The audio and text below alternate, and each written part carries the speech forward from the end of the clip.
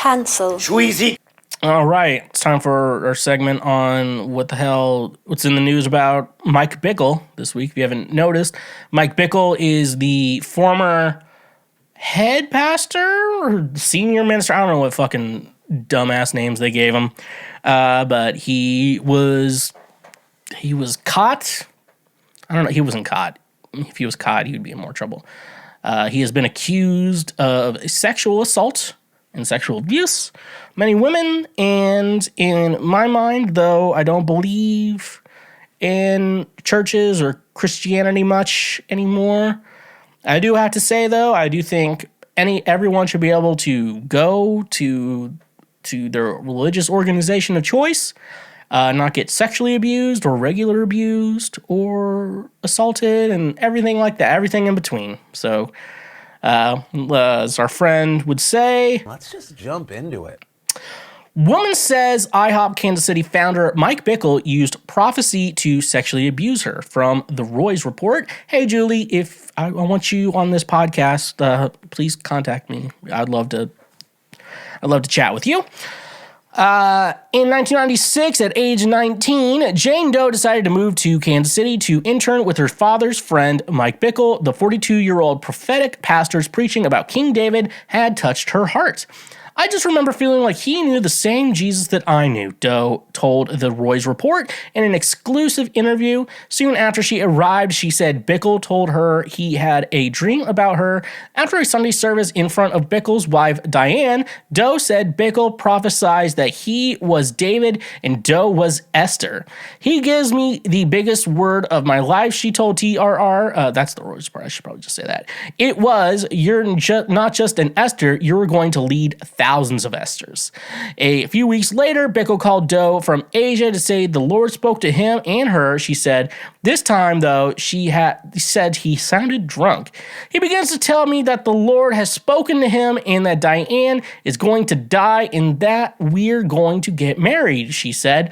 As he's talking to me, I'm thinking, is he drunk? And he didn't start talking about the alcohol that was in the fridge that he had been drinking.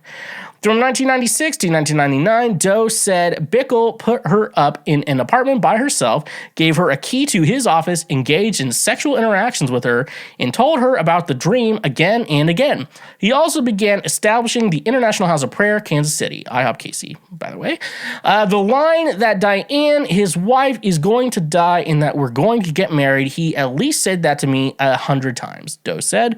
Several people who worked closely with Doe at the time told the Roy's Report that they noticed strange dynamics between Bickle and other young women, as well as Doe. They include Aaron Parks and Doe's brother, whose names were not revealed to protect Doe's identity. However, Alan Hood confirmed Doe's brother's identity with the Roy's Report. Parks and Doe's brothers say Bickle's spiritualized explanations, the power of his fame and presence, his generosity, and the fact they were all young in their 20s masked the red flag. He was 40-something and we were 20-something, said Parks, and so I guess it felt safe to let him dote on you and to let him encourage you and to let him offer to buy you houses and things. Until this year, Doe hasn't spoken publicly about what happened with Bickle, heeding his alleged warning to her that if she did, no one would believe her, but beginning in March, she said she realized the gravity of her situation and began talking, first to family and then through the 50-page report to a watching world. Doe's brother told the Roy's Report that after hearing his sister's revelation past encounters with Bickle that seemed odd suddenly made sense. Doe's brother said that one time Bickle pointed out verses about King David sleeping with Bathsheba. He highlighted them in orange, laughed, and gave my Bible back to me. Doe's brother said, I just so believe, my sister. I'm grieved that it's true, but it's so true. What does this say about Mike Bickle and who he is? Oh, as someone who I've been telling you, I've been investigating this motherfucker. Not something that he's not the coolest. He's not the coolest guy. Well, he technically is a cool guy, but not that kind of cool guy.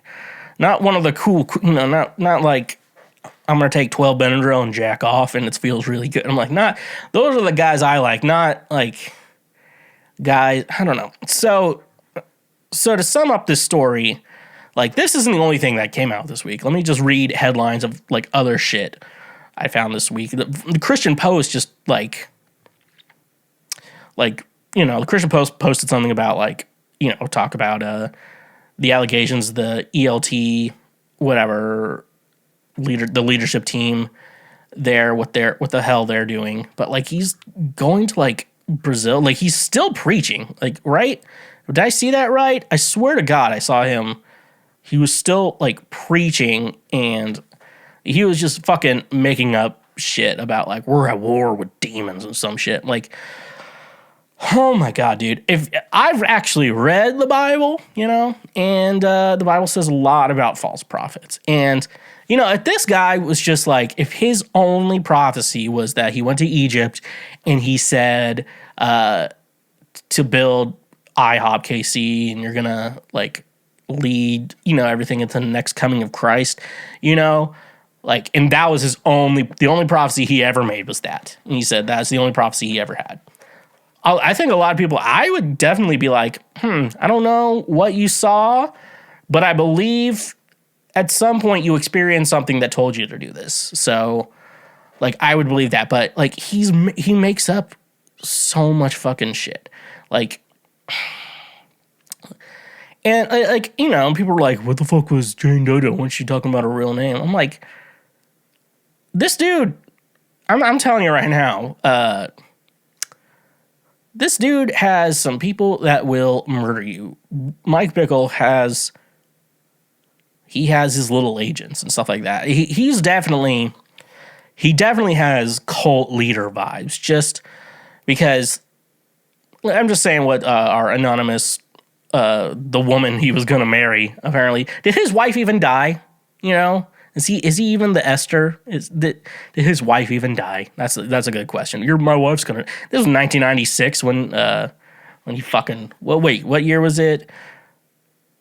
Yeah, he was like fucking 1996. He's like, my wife's gonna die. I'm gonna need you to be my next wife. I'm like, but it sounds like you just think this chick is hot and don't want to break up with your wife. It sounds like you just want to fuck her, dude. I'm like, which is okay. I mean, like, to want to fuck someone is okay. To do it, is the wrong thing. Like, and, like, this chick is 19. Like, I remember being 19, and I was still believing in this shit. So, like, she probably, she said it was like a father's friend, so she grew up in Christianity, which, if your parents were Christian and you had to grow up that way, like, that makes sense to me. But, like, it's so strange when people, like, choose that shit. You're like, you chose to not actually get healthy and, like, help your mental health and decided that.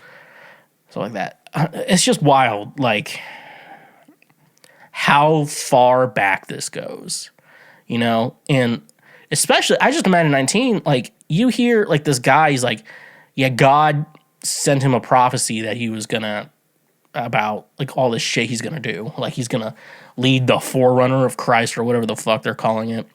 Like, and, like, and the thing is, like, from what everyone has said about Mike Bickle that I've gotten to right now, they all say it seems, or, like, from what it looks like, he genuinely believes everything he says. He practices, well, like, the words he says, it feels like he genuinely believes this shit. And especially going into, like, a 19-year-old, and the way, I think, that's what Mike Bickle, I think, what he figured out is he figured out how to convince others that he is just he truly believes what he's saying.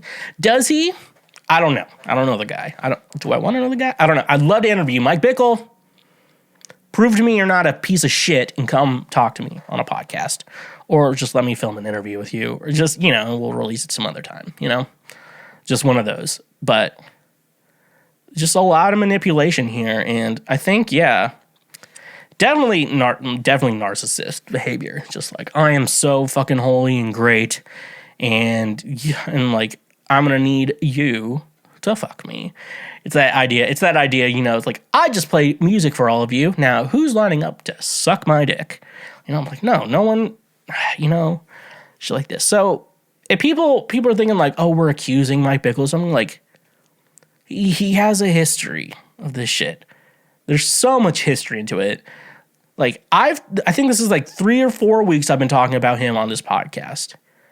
I've not even cracked the surface of everything he's done and everything IHOP Kansas City has done and everything they're trying to cover up currently. It's fucking insane, dude. And I just think we all, I think if I explain this to like people who don't know about, if I explained everything about Mike Bickle to like a diehard, even one of my diehard Christian friends, I just say, so this guy, if you've ever heard of the International House of Prayer in Kansas City, basically the founder of it is claiming, he's always claimed like he is a prophet of God. And he says that he needs the big one he did was like, I need to build this 24-hour worship in Kansas City, and then after that, he's talking about the end times. And once you start talking about the end times, like, it's a cult. Like, the more a religion talks about the end of the world, like, that's straight up cult behavior right here. And, like, charismatic leader and stuff like that. Like, this is just a lot of cult behavior. And that's the problem, I think, with it, because there's normal Christians and shit like that. And then you just meet fucking assholes like Mike Bickle. And then you're like, oh, I believe this. And like, he's extreme about what I am.